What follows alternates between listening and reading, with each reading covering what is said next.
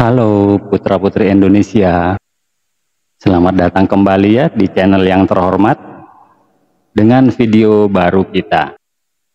Jadi selama ini yang kita dengarkan, yang dibangga-banggain oleh Malaysia, itu adalah Kesultanan Kedah Tua atau Kedah Lama ya. Jadi kalau kita lihat datanya ya, kurun waktu Kesultanan Kedah Tua ini itu dimulai dari 330 tahun setelah Masehi sampai 1136. Jadi abad keempat sampai abad ke-12 ya. Kemudian dia berlanjut dari abad ke-12 sampai abad ke-18 terus sampai sekarang ya. Nah, ini lihat gambar ini ya. Jadi Kedah Tua itu adanya di gambar yang berwarna merah ini ya. Jadi Kedah Tua itu cuman kecil aja begitu. Nah, kemudian keseluruhan Semenanjung, Sabah dan Sarawak itu milik Indonesia dulu. Nah, jadi itu yang diandalkan oleh profesor-profesor Malaysia ya, menceritakan masalah sejarah Malaysia. Lalu bagaimana dengan sejarah kita? Kapan kira-kira dimulai sejarah Indonesia ini? Ternyata para ahli arkeologi Belanda dan Indonesia sudah menemukan 7 manusia Indonesia purba. Nah, ini saya kumpulkan dari berbagai sumber ya, saya susun sendirilah. 7 manusia Indonesia purba yang diketemukan. Yang pertama namanya Meganthropus palaeo-javanicus. Nah, sesuai namanya palaeo-javanicus berarti ini manusia Jawa ya. Fosil ini ditemukan oleh peneliti kelahiran Jerman Belanda bernama Gustav Heinrich Laff von Koningswald pada tahun 1941 di dekat desa Sangiran ya, lembah Sungai Bengawan Solo. Fosil ini berasal dari masa Pleistosen awal. Meganthropus atau kerap disebut dengan manusia Sangiran adalah manusia purba tertua yang ditemukan di Indonesia. Berdasarkan umur lapisan tanah tempat penemuannya, diperkirakan fosil itu berumur 2 juta tahun. Gila ya, orang Jawa 2 juta tahun yang lalu sudah ada. Meganthropus ini diperkirakan hidup dengan mengumpulkan makanan utama tumbuh-tumbuhan. Sebab waktu itu belum ada api ya. Kemudian yang kedua ini namanya Pithecanthropus mojokertensis. Ini Jawa Timur ini ya. 2 juta tahun yang lalu sudah orang Jawa Timur itu sudah ada. Diperkirakan Pithecanthropus ini hidup antara 2 juta tahun sampai 30.000 tahun yang lalu. Lama juga ya. Mereka hidup secara berkelompok dan berburu, menangkap ikan dan mengumpulkan makanan. Jadi Pithecanthropus ini sudah menggunakan alat untuk mencari makanan ya. Ya sedikit-sedikit sudah berbudaya lah ya. Mereka menciptakan alat untuk berburu. Alat-alat ini diketemukan di Kabupaten Pacitan, Jawa Timur. Jadi 2 juta tahun yang lalu, orang Jawa Timur itu sudah menciptakan alat-alat sederhana ya untuk berburu. Luar biasa. Pantas orang Jawa Timur itu kreatif ya. Yang ke nomor 3, Homo mojokertensis. Nah, ini Homo mojokertensis ini anaknya dari Pithecanthropus mojokertensis. Jadi yang tadi itu fosil orang dewasa, yang ini fosil anak-anak. Kurun hidupnya ya sama, 2 juta tahun yang lalu. Kemudian ada Pithecanthropus erectus. Kelompok manusia praaksara, jadi sebelum diketemukan aksara ya. Ini diketemukan oleh Eugene Debosy pada 1890-1892, Desa Trinil, Kabupaten Ngawi. Jawa Timur juga ya. Pithecanthropus diketahui hidup sekitar 1 juta sampai 600.000 tahun yang lalu. Woi, orang Jawa luar biasa. Kemudian ada Homo erectus soloensis. Orang Solo lagi ya. Jadi penamaan ini tidak main-main ya. Dia dinamakan sesuai di daerah di mana dia diketemukan. Seperti namanya, fosil manusia purba ini ditemukan di sepanjang Bengawan Solo ya. Homo soloensis diperkirakan hidup 900.000 tahun sampai 200.000 tahun yang lalu. Kemudian diketemukan lagi Homo wajakensis. Jadi Homo wajakensis ini masa hidupnya sekitar 60.000 tahun yang lalu sampai 25.000 tahun yang lalu ya.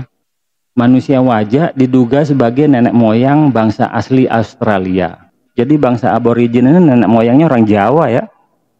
Wah, jangan macam-macam orang Australia sama orang Jawa. Kamu bisa dikutuk, kamu jadi orang Malaysia. Oh, ini yang terakhir ini. Homo floresiensis. Wih, orang Flores. Manusia liang buah dianggap sebagai penemuan spesies baru yang kemudian diberi nama sesuai dengan tempat diketemukan, yaitu liang buah Flores. Jadi masa hidupnya kira-kira 18.000 tahun yang lalu atau zaman Sundaland ya. Sebentar kita akan setel videonya sama-sama. Jadi begitu teman-teman, manusia Indonesia purba yang diketemukan oleh para arkeolog Belanda dan Indonesia. Oke, sekarang ini kita akan memutar sebuah video ya yang menceritakan masalah Atlantis ya. Jadi Atlantis ini benua yang hilang di dasar laut. Ternyata para ahli sepakat bahwa Atlantis ini adalah Nusantara. Nah, jadi dalam video ini berjudul bukan cocok logi, Atlantis Nusantara resmi diakui pemerintah dan dunia. Nah, di atas ada judul lagi, pemerintah dan dunia akhirnya mengakui Atlantis Nusantara. Video diambil dari Makna Masa. Oke, kita mulai putar. Indikasi bahwa budaya leluhur kita sangat tinggi juga dikuatkan oleh berbagai penelitian terbaru tentang kemungkinan lokasi Atlantis. Profesor Aricio Santos dalam bukunya yang terkenal berjudul Atlantis, The Lost Continent Finally Found, bahkan berani berhipotesis bahwa Atlantis ada di Nusantara. Insinyur Dani Irwanto juga meyakini Atlantis ada di Laut Jawa dan bukunya Sundaland Tracing the Cradle of Civilizations. Semua itu mengarah pada terungkapnya kejayaan masa lalu leluhur Nusantara. Atlantis adalah kota legendaris yang pertama kali disebut oleh Plato dalam buku Timaeus dan Critias. Oke, sebentar ya. Jadi Plato ini adalah seorang filsuf Yunani yang hidupnya kurang lebih 500 tahun sebelum Masehi ya. Zaman itu sudah ada orang pinter ya, yaitu Plato nih. Oke, kita lanjut. Negeri Atlantis diceritakan sebagai sebuah kerajaan yang sangat kaya, makmur dan hampir sempurna. Banyak orang yang mengatakan bahwa Atlantis memiliki tanah subur, kekayaan alam melimpah, rakyatnya yang makmur, dan mempunyai perkembangan teknologi modern. Wow. Pada video Indonesia benar itu membahas lokasi Atlantis berdasarkan kewilayahannya, baik itu dari sisi geografis, oseanografi, dan topografinya, yang kemudian membawa kita pada kesimpulan bahwa Atlantis terletak di Sundaland. Letak ibu kotanya berada di Laut Jawa. Masih berdasarkan hipotesa Dani Irwanto dalam bukunya yang berjudul Atlantis, kota yang hilang ada di Laut Jawa. Pada video ini, kita akan membahas bukti-bukti kekayaan Sundaland yang menunjukkan bahwa Kepulauan Indonesia merupakan sisa-sisa dari peradaban Atlantis yang tenggelam. Inilah video kedua dari series Indonesia Pewaris Atlantis. Oke, jadi Sundaland ini ada pada kurun waktu 18.000 tahun yang lalu ya. Jadi ketika bumi iklimnya menurun, dia membeku, membentuk benua. Jadi Sundaland ini meliputi dari Thailand sampai ke Papua. Nah, itu semua Sundaland, termasuk Malaysia, Brunei, itu semua Sundaland. Jadi Sundaland ini apa artinya? Coba kita terjemahkan dalam bahasa Indonesia Sundaland ini. Sundaland ini artinya tanah Sunda. Land itu tanah, Sunda itu adalah suku yang hidup sekarang berkumpul di Jawa Barat. Kalau dulu menyebar di seluruh Sundaland ya. Sekarang anak cucunya berkumpul di Jawa Barat. Oke, kita lanjut. Negeri Atlantis.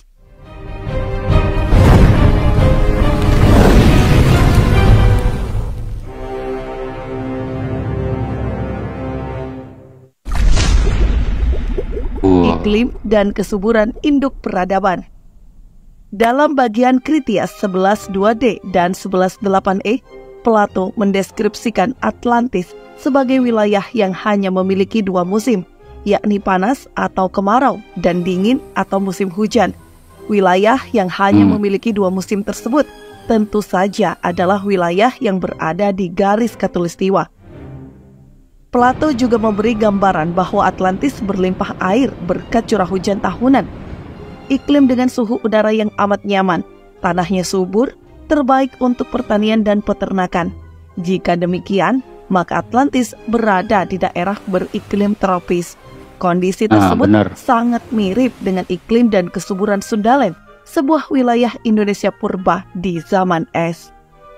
Ahli paleontologi dari Institut Teknologi Bandung, Profesor Yahdi Zaim menjelaskan, pada 18.000 tahun yang lalu, sebagian besar Indonesia masih menyatu dengan daratan Sundaland. Ketika itu, seluruh bumi mengalami penurunan temperatur yang signifikan, sehingga ketika suhu bumi turun, terjadi pertambahan daratan es di daerah kutub.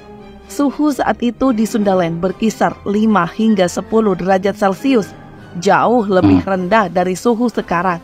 Artinya, meski Indonesia masih negara tropis, tetapi ada penurunan suhu yang terjadi dan hawanya terasa lebih dingin.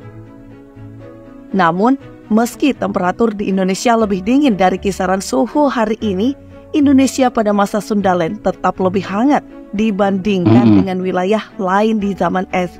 Inilah yang menyebabkan terjadi migrasi manusia dan hewan-hewan yang mencari tempat hangat di tengah penurunan suhu maksimum yang sedang terjadi. Sehingga dapat disimpulkan Sundaland adalah tempat ternyaman untuk makhluk hidup. Jika telah ada peradaban manusia pada zaman tersebut, dapat dipastikan peradaban itu berada di lingkungan Sundaland. Tanah Sundaland memiliki tingkat kesuburan yang tinggi, menjadikannya tanah terbaik untuk pertanian dan peternakan, persis dengan narasi Plato yang dituangkan dalam Kritias bagian 111e dan 113c. Kesuburan tanah ini membuat Atlantis memiliki ketahanan pangan untuk mempertahankan peradabannya. Profesor Oppenheimer, guru besar dari Oxford University, mengungkapkan budaya cocok tanam seperti bertanam padi pertama kali berasal dari penduduk Asia Tenggara, bukan dari Cina atau India. Penelitian Profesor Oppenheimer bahkan dikuatkan oleh riset tahunan yang dilakukan oleh Dr. Joanna Nichols. Simpulan besar dari kedua riset tersebut adalah arus migrasi besar-besaran di dunia berasal dari masyarakat di Asia Tenggara menuju Cina. Dari negeri tirai bambu inilah penyebaran budaya dan peradaban dunia dimulai, bukan sebaliknya. Simpulan ini pun membantah teori yang menyatakan nenek moyang masyarakat Asia Tenggara berasal dari Cina. Hewan dan hasil bumi. Plato menulis flora dan fauna di Atlantis sangat beragam. Beberapa hewan yang ia sebutkan di antaranya adalah gajah, kuda, banteng, dan lumba-lumba. Seperti yang telah dijelaskan, di zaman es, Indonesia pada masa Sundaland lebih hangat dibandingkan dengan wilayah lain. Hal ini mendorong hewan-hewan bermigrasi mencari tempat hangat.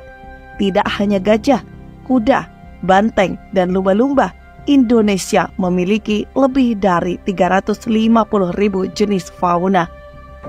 Deskripsi tentang Atlantis oleh Plato juga menyinggung buah-buahan khas mereka. Plato menulis dalam Kritias bagian 115b, dan buah-buahan yang memiliki kulit keras. Airnya dapat diminum, ada dagingnya, dan dapat digunakan sebagai minyak urapan. Jika kita perhatikan setiap kalimatnya, maka pikiran kita langsung tertuju pada buah yang sering kita jumpai, yakni buah kelapa. Kelapa atau kokos nucifera memiliki daging, air, santan, dan minyak yang penuh gizi, menjadi bahan makanan dan telah dibudidayakan oleh masyarakat di seluruh dunia selama ribuan tahun. Analisis DNA terhadap lebih dari 1.300 buah kelapa dari seluruh dunia oleh Olsen mengungkapkan bahwa kelapa pada awalnya dibudidayakan di dua lokasi terpisah, yaitu di Pasifik dan di Samudra Hindia. Selain itu, genetika kelapa juga tercatat dalam rute perdagangan prasejarah. Kelapa pertama kali dibudidayakan di Kepulauan Asia Tenggara, yaitu Filipina, Malaysia, dan Indonesia. Sumber daya mineral. Plato menyebutkan bahwa dinding yang mengelilingi kuil-kuil Atlantis dilapisi gemerlapnya cahaya merah dari orichalcum. Masyarakat Atlantis menempatkan orichalcum sebagai mineral paling berharga setelah emas. Orichalcum adalah benda ikonik Atlantis. Ia hanya disebutkan di teks-teks Yunani kuno yang membahas Atlantis. Sebagian kalangan mengatakan orichalcum adalah logam mulia. Namun Dani Irwanto memiliki pendapat lain. Menurutnya tidak ada logam atau paduannya yang berwarna merah, sehingga orichalcum bukan logam, tetapi kemungkinan besar adalah zirkon yang berwarna merah. Zirkon adalah batu mineral dengan beberapa macam warna. Zirkon mempunyai kemampuan mendispersikan cahaya sehingga kelihatan berkilauan. Bila Plato menggambarkan orichalcum secara khusus dengan kata-kata gemerlap dan bercahaya, maka zirkon memiliki ciri yang paling pas dengan keterangan Plato. Zirkon berasal dari bahasa Persia, yaitu zargun. Diduga Plato atau Solon salah menerjemahkan zargun menjadi orichalcum karena tidak ada kata tersebut dalam bahasa Yunani kuno. Sebelum diolah, zirkon dijumpai dalam bentuk butiran seperti pasir. Di Indonesia, pasir zirkon banyak ditemukan di Kalimantan Barat dan Kalimantan Tengah. Sebagaimana telah kita bahas di video sebelumnya, Kalimantan adalah daratan luas yang berada di sekitar pusat kota Atlantis. Selain orichalcum, kekayaan sumber daya mineral Atlantis juga meliputi emas, timah, dan perak. Semua barang tambang tersebut melimpah di Indonesia. Berdasarkan data Badan Survei Geologi Amerika Serikat atau USGS, cadangan emas Indonesia sebanyak 2.600 metrik ton. Data tersebut menjadikan Indonesia salah satu penghasil emas terbesar dunia. Wow. Sungai-sungai Atlantis. Plato menjelaskan bahwa ada 4 jenis saluran atau sungai di Atlantis: saluran keliling, saluran pedalaman, sodetan, dan saluran irigasi. Dan Irwanto meyakini bahwa Sungai Barito adalah saluran keliling Atlantis. Luas penampang aliran saluran keliling Atlantis, seperti yang dijelaskan oleh Plato, adalah sekitar 5.550 meter persegi.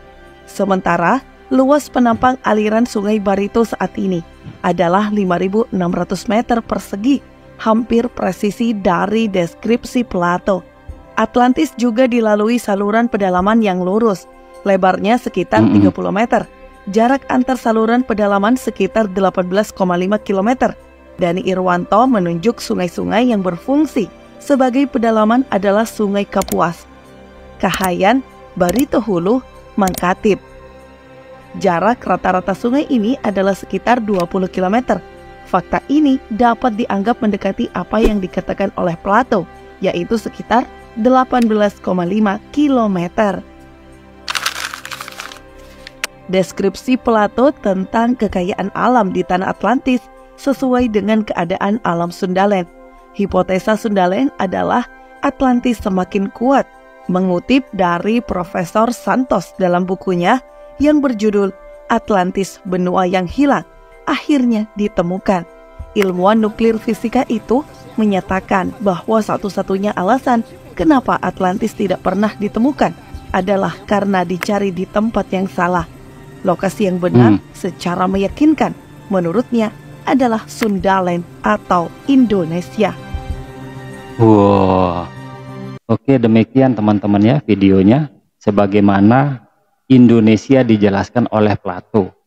Nah, jadi dulu Plato menjelaskan Atlantis. Atlantis ini adalah Sundaland. Sundaland ini adalah Nusantara. Nusantara adalah Indonesia. Jadi 2.500 tahun yang lalu negara kita sudah diceritakan oleh filsuf Yunani yang bernama Plato. Itulah kenapa Pak Jokowi memindahkan ibu kota negara kita ke Kalimantan, karena emang pusat kota daripada Atlantis ini adalah Kalimantan. Ya. Jadi betapa luhurnya ya kita punya sejarah ini sejak zaman prasejarah sampai saat ini, bahwa memang sudah ditakdirkan kita ini sebagai negara maju. Oke teman-teman, sekian dulu